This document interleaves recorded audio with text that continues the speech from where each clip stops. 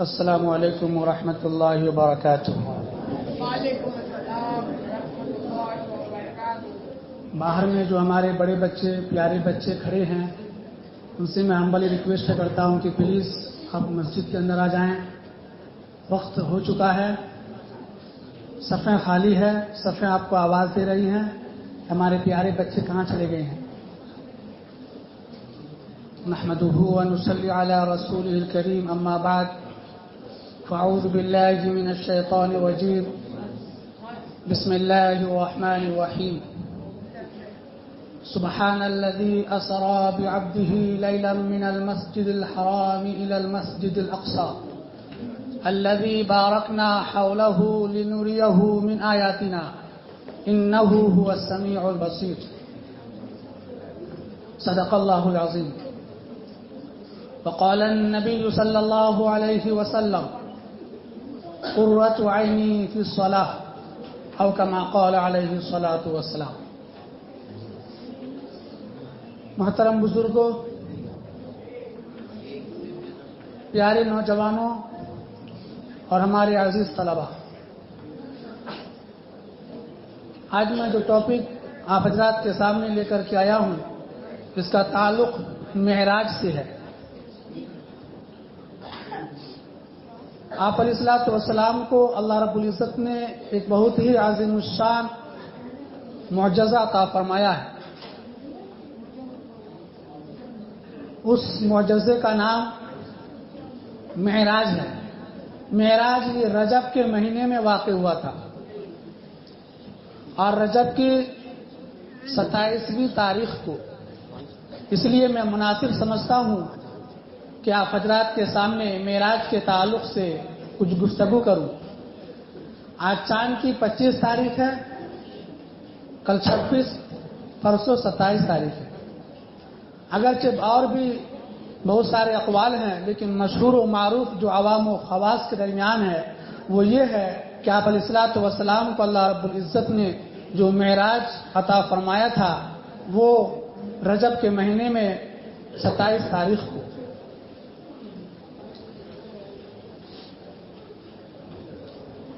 اللہ رب العزت نے معراج آپ علیہ الصلوۃ والسلام کو کیوں عطا کیا تھا، اس کا تھوڑا سا بیک گراؤنڈ میں آپ کو بتانا چاہتا ہوں۔ جب آپ علیہ الصلوۃ والسلام ہر اعتبار سے مایوس ہو گئے، آپ کی شریک حیات خدیجہ الکبریٰ رضی اللہ تعالی عنہا کا انتقال ہوا، آپ کے عزیز چچا حضرت ابو طالب کا انتقال ہوا، اور آپ طائف والوں کے پاس گئے، ان کو دعوت دینے کے لیے، ایمان لانے کے لیے۔ جب وہ لوگ بجائے اس کے کہ آپ کی باتوں کو ایکسپٹ کرتے، انہوں نے انتہائی ایسی حرکتیں کی اور نوجوانوں کو آپ کے پیچھے لگا دیا، انہوں نے پتھریں ماری جس سے آپ کے جسم مبارک لہو لہان ہو گئے۔ تو ہر اعتبار سے آپ کے اوپر ظلم و ستم کیا گیا، آپ کو پریشان کیا گیا، آپ کے مشن کو روکنے کی ہر ممکن کوششیں کی گئی، اور گھر کے اندر بھی آپ کا ساتھ دینے والا کوئی نہیں ہے۔ اللہ رب العزت وحی کے ذریعے سے آپ کو بھروسہ دلا رہی ہوں، فَلَعَلَّكَ بَاخِعٌ نَفْسَكَ عَلَىٰ آثَارِهِمْ إِن لَّمْ يُؤْمِنُوا بِهَٰذَا الْحَدِيثِ أَسَفًا۔ کہیں فرماتے ہیں وَمَا أَنتَ عَلَيْهِمْ بِمُصَيْطِرٍ، کہیں فرماتے ہیں وَمَا أَنتَ عَلَيْهِمْ بِوَكِيلٍ۔ اے نبی، آپ اتنی امت کی فکر کرتے ہیں، اتنی امت کی فکر کرتے ہیں کہ آپ کو اپنی جان کی بھی فکر نہیں ہے۔ آپ کو ہمیشہ اپنی امت کی فکر رہتی ہے۔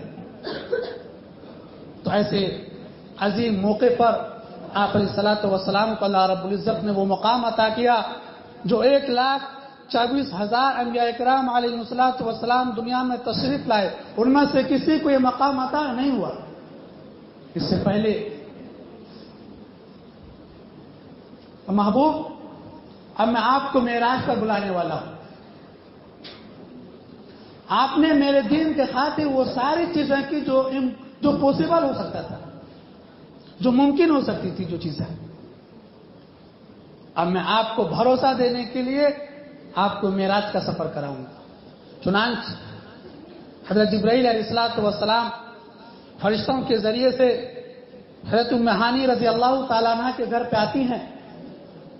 رات کا وقت ہے، آپ علیہ الصلوۃ والسلام آرام فرما رہے ہیں، اچانک چھت پھٹتا ہے اور فرشتے آتے ہیں اور آپ علیہ الصلوۃ والسلام کا پائے مبارک دباتے ہیں۔ آپ علیہ الصلوۃ والسلام بیدار ہوتے ہیں تو جبرائیل علیہ الصلوۃ والسلام کہتے ہیں محمد، اب آپ کے آسمان پر اللہ کے دیدار کا انتظام مکمل ہو چکا ہے، اب آپ تشریف لے چلیں۔ چنانچہ جبرائیل علیہ الصلوۃ والسلام آپ صلی اللہ علیہ وسلم کو بیت اللہ کے پاس لے کر کے آتے ہیں اور آپ کا سینہ مبارک کو چاک کرتے ہیں، سینہ مبارک کو نکالتے ہیں اور اس سینہ مبارک کو زمزم کے پانی سے دھوتے ہیں اور پھر ایک تشت میں، سونے کے تشت میں جو انوار و حکمت کی باتیں تھیں، آپ علیہ الصلوۃ والسلام کے دل کو دو ٹکڑے میں کر کے اس کے اندر پورے اس نور و حکمت والے تشت میں رکھ دیا گیا اور آپ کے دل نے پورے نور و حکمت کو جذب کر لیا۔ پھر جبرائیل علیہ الصلوۃ والسلام نے آپ کے دل کو پھر جہاں سے نکالے تھے وہاں پہ رکھ دیا اور پھر آپ کے سینے مبارک پر اپنا ہاتھ پھیرا، پھر آپ کا سینے مبارک بالکل سیٹ ہو گیا۔ غرض یہ کہ آپ کو آسمانی کیونکہ سیر کرنا ہے، آسمان پر جانا ہے۔ اب آسمان پر سیر کرنے کے لیے جن جن چیزوں کی ضرورت ہو سکتی تھی جبرائیل علیہ الصلوۃ والسلام نے وہ ساری چیزیں پرووائڈ کر دیا۔ اب آپ کے لیے ایک سواری لایا جاتا ہے جس کا نام براق ہے۔ آپ علیہ الصلوۃ والسلام فرماتی ہیں کہ اس کا رنگ سفید تھا، وہ خچر سے چھوٹا اور گدھے سے بڑا تھا، اس کی رفتار اتنی تیز تھی کہ جہاں پہ نظر اس کی جاتی تھی وہاں پہ وہ ایک پیر رکھتا تھا، ایک قدم رکھتا تھا۔ غرض آپ علیہ الصلوۃ والسلام اس براق پر سوار ہوتے ہیں اور مکۃ المکرمہ سے مسجد اقصی تک کا سفر آپ اس براق کے ذریعے سے کرتے ہیں۔ آپ مسجد اقصی پہنچے، مسجد اقصی پہنچنے کے بعد تمام انبیاء کرام علیہ الصلوۃ والتسلیم تشریف فرما ہیں، اذان ہوتی ہے، اب امامت کی باری آتی ہے۔ سارے انبیاء یہ سوچتے ہیں اب یہ امامت کا فریضہ کون ایسا خوش نصیب نبی ہوگا جس کو ملے گا۔ جبرائیل علیہ الصلوۃ والسلام آپ صلی اللہ علیہ وسلم کا ہاتھ مبارک پکڑ کر کے آپ کو منصب امامت پر فائز کرتے ہیں اور کہتے ہیں کہ آپ نماز پڑھائیے۔ چنانچہ آپ صلی اللہ علیہ وسلم نماز پڑھاتے ہیں۔ نماز پڑھانے کے بعد انبیاء کرام علیہ الصلوۃ والتسلیم جو مسجد میں تشریف فرماتے سب سے ملاقات ہوتی ہے۔ اب آپ کو آسمانی سفر کرنے کے لیے جانا ہے، چنانچہ حدیث پاک کے اندر آتا ہے کہ آپ کے لیے ایک سیڑھی لائی گئی۔ حدیث پاک کے الفاظ ہیں عرج بھی، مجھے چڑھایا گیا، جنت کا ایک سیڑھی لایا گیا اور اس سیڑھی کے ذریعے سے آپ آسمان پر چڑھتے ہیں۔ اب آپ پہلے آسمان پر گئے، دوسرے آسمان پر، تیسرے، چوتھے، پانچویں، چھٹے آسمان پر گئے۔ حضرت آدم علیہ الصلوۃ والسلام سے، حضرت عیسیٰ علیہ الصلوۃ والسلام سے، حضرت یحییٰ علیہ الصلوۃ والسلام سے، حضرت ہارون علیہ الصلوۃ والسلام سے، حضرت ادریس علیہ الصلوۃ والسلام سے، حضرت موسیٰ علیہ الصلوۃ والسلام سے اور حضرت ابراہیم علیہ الصلوۃ والسلام سے ملاقات کرتے ہیں۔ اب ساتویں آسمان سے اوپر آپ کو سیر کرنا ہے۔ آپ سدرۃ المنتہا پر بھی گئے۔ سدرۃ المنتہا یہ سب سے آخری اسٹیپ ہے، وہاں اس سے اوپر اب فرشتے بھی نہیں جا سکتے۔ حضرت جبرائیل علیہ الصلوۃ والسلام سے کہنے لگے اے محبوب، اے اللہ کے رسول، اب میں اس سے آگے نہیں جا سکتا ہوں۔ میں یہیں میرا جو ٹھکانہ ہے وہ سدرۃ المنتہا ہے. اب سدرۃ المنتہا سے میں آگے ایک قدم بھی بڑھایا تو میرا قدم جل جائے گا. اور اللہ تبارک و تعالیٰ نے رفرف نامی ایک مسند لائے، اس کے ذریعے سے آپ سدرۃ المنتہا سے بھی آگے گئے، عرش پر پہنچے. اور اللہ تبارک و تعالیٰ کے قریب پہنچ گئے. سورہ نجم کے اندر اس کا تفصیل موجود ہے. فَكَانَ قَابَ قَوْسَيْنِ أَوْ أَدْنَىٰ فَأَوْحَىٰ إِلَىٰ عَبْدِهِ مَا أَوْحَىٰ مَا كَذَبَ الْفُؤَادُ مَا رَأَىٰ أَفَتُمَارُونَهُ عَلَىٰ مَا يَرَىٰ وَلَقَدْ رَآهُ نَزْلَةً أُخْرَىٰ عِندَ سِدْرَةِ الْمُنتَهَىٰ عِندَهَا جَنَّةُ الْمَأْوَىٰ إِذْ يَغْشَى السِّدْرَةَ مَا يَغْشَىٰ مَا زَاغَ الْبَصَرُ وَمَا طَغَىٰ لَقَدْ رَآ مِنْ آيَاتِ رَبِّهِ الْكُبْرَىٰ. یہ پورے نجم کی آیتیں ہیں. اس کے اندر اللہ تبارک و تعالیٰ نے معراج کے واقعے کو بیان کیا. آپ علیہ الصلوۃ والسلام نے اللہ کا دیدار کیا اپنی انہی آنکھوں سے.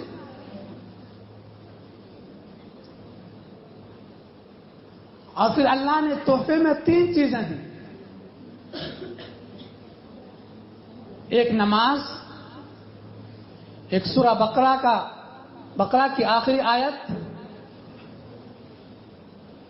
اور ایک شرک کے علاوہ تمام گناہوں سے معافی کا اعلان. اللہ تبارک و تعالیٰ نے یہ 3 معجزے عطا فرمائے. اور آپ علیہ الصلوۃ والسلام لے کر کے آئے. راستے میں حضرت موسیٰ علیہ الصلوۃ والسلام سے ملاقات ہوئی. کتنی نمازیں ملی؟ 50 نمازیں. پھر تخفیف کرتے کرتے 5 باقی رہ گئی. خیر واقعہ طویل ہے، میں مختصر بیان کرتا ہوں. آپ علیہ الصلوۃ والسلام پھر واپس آئے. آپ کو اس معراج میں جنت کا، جہنم کا، پل صراط کا، حوض کوثر کا بہت سارے معجزات اللہ تبارک و تعالیٰ نے بہت ساری نشانیاں دکھلائی. اب جب صبح ہوئی تو آپ نے اس واقعے کو قریش کے سامنے بیان کیا کہ میں رات میں مکہ سے مسجد اقصیٰ گیا، مسجد اقصیٰ سے آسمان پر گیا، آسمان سے سدرۃ المنتہا تک گیا، سدرۃ المنتہا سے عرش عظیم تک گیا، اور میں نے اللہ تبارک و تعالیٰ کے بے شمار نشانیاں دیکھی.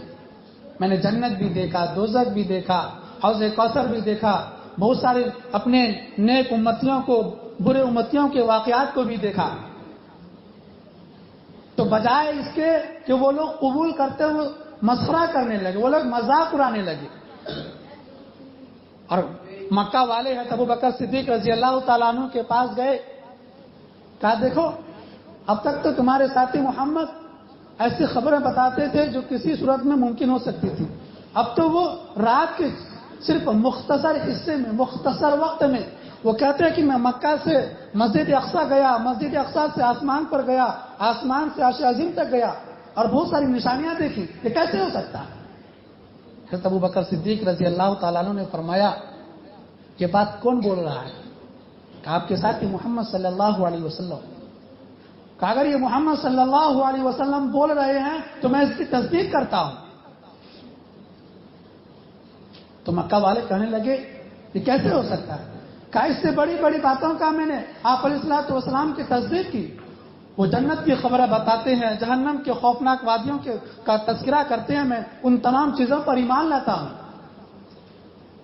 تو میرے محترم بزرگار دوستو، اللہ تبارک و تعالیٰ نے یہ جو معجزہ عطا فرمایا معراج کا، انتہائی عظیم الشان معجزہ ہے. اور اس کے اندر جو نماز کا جو تحفہ دیا،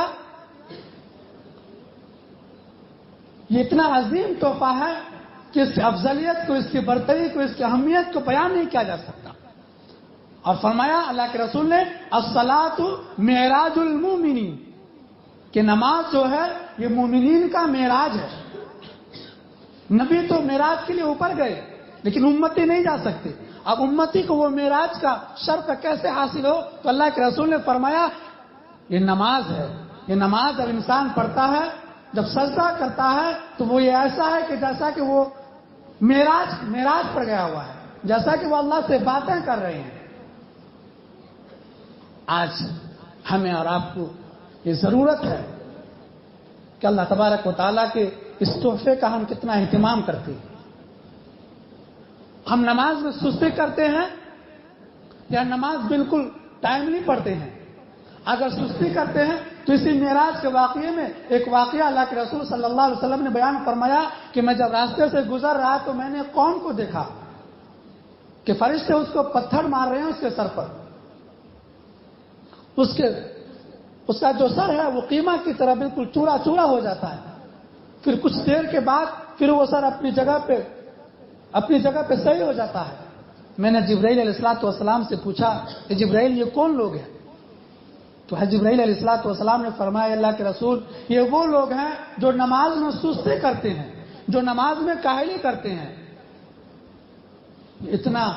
اتنی سخت وعید ہے. ہمیں اور آپ کو انتہائی نماز کی پابندی کرنی ہے. نماز تو پڑھنی ہی ہے لیکن وقت پہ پڑھنی ہے. جس نماز کا جو وقت ہے اس وقت پہ پڑھنا ہے. اس لیے اللہ کے رسول صلی اللہ علیہ وسلم نے فرمایا قرۃ عینی فی الصلاۃ، میری آنکھوں کی ٹھنڈک نماز میں ہے. ہماری اور آپ جو صاحبی اولاد ہیں وہ جانتے ہیں، اور جو صاحبی اولاد نہیں ہے ان سے جا کے پوچھئے کہ اللہ اگر نعمت اولاد کی دیتی ہے تو وہ ماں باپ کی آنکھوں کی ٹھنڈک بنتی ہے. تو میرا بچہ، میری بچی میری آنکھوں کی ٹھنڈک ہے. اور حبیب فرماتے ہیں کہ میری آنکھوں کی جو ٹھنڈک ہے وہ نماز میں ہے. اگر ہم نماز پڑھتے ہیں تو اپنے حبیب کی آنکھوں کو ٹھنڈا کرتے ہیں، اور اگر ہم نماز میں کوتاہی کرتے ہیں، نماز نہیں پڑھتے، نماز میں لاپرواہی کرتے ہیں، پھر اپنے حبیب جناب محمد رسول اللہ صلی اللہ علیہ وسلم کو ہم تکلیف پہنچاتے ہیں. اس لیے اللہ کے رسول نے دوسری حدیث کے اندر ارشاد فرمایا الصلاۃ عماد الدین فمن اقامها اقام الدین، کہ یہ نماز دین کا ستون ہے. جیسے ہم گھر کھڑا کرتے ہیں، گھر کھڑا کرنے کے لیے ستون اور کھمبے کا ہونا انتہائی ضروری ہے، اسی طریقے سے اگر ہم مسلمان ہیں تو مسلمان کہنے کے لیے، برقرار رکھنے کے لیے، دین اسلام کو زندہ رکھنے کے لیے، اپنی زندگی میں باقی رکھنے کے لیے نماز کا ہونا انتہائی ضروری ہے. اللہ کے رسول نے فرمایا کہ نماز جو ہے یہ دین کا ستون ہے. ومن ہدمہا ہدم الدین، جس نے نماز نہیں پڑھی، جو نماز میں لاپرواہی کرتا ہے، جو نماز کو وقت پر نہیں پڑھتا ہے، وہ ایسا ہے جیسے کہ اس نے دین کو منہدم کر دیا. میرے پیارے بچوں، میرے بزرگوں، اللہ تبارک و تعالیٰ نے ہم سب کو یہ انتہائی قیمتی وقت دیا ہے. ہمیں پھر دوبارہ زندگی نہیں ملے گی. ہمیں اسی زندگی میں اسی دنیا میں رہ کر کے ہمیں آخرت کی تیاری کرنی ہے. اور آخرت میں سب سے پہلے جس چیز کا سوال ہوگا وہ نماز ہے. کل قیامت کے دن سب سے پہلے جو سوال کیا جائے گا مسلمانوں سے، اس کا تعلق نماز سے ہے. اگر ہماری نماز صحیح ہو گئی تو بقیہ تمام اعمال ہمارے صحیح ہو جائیں گے، اور اگر خدا نخواستہ ہماری نماز میں ذرہ برابر بھی کمی آئی تو باقی دوسرے اعمال ہمارے اسی طریقے سے خراب ہوتے چلے جائیں گے. اس لیے اللہ نے ہمیں اور آپ کو موقع دیا ہے کہ معراج کے واقعے کو آپ پڑھیں، اور اس سے آپ علیہ الصلوۃ والسلام کی عظیم الشان مرتبہ جو بیان کیا گیا ہے بے مثال، کہ جب سے دنیا بنائی گئی، جب تک دنیا قائم رہے گی، کسی انسان کو وہ مقام عطا نہیں کیا کہ اللہ نے اپنے پاس بلا کر کے جو تحفہ ہمیں دیا ہے، ان 3 تحفوں میں سے سب سے عظیم